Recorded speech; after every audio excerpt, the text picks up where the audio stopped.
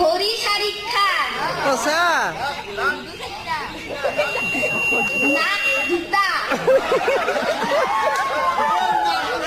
গৰুৰ গোবৰেদি আমি য়েছ ভাল কথা শস্যৰ কৈছা ফলত আমি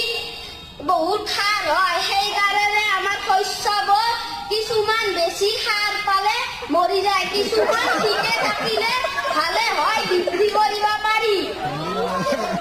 গৰু বিহুৰ দিনা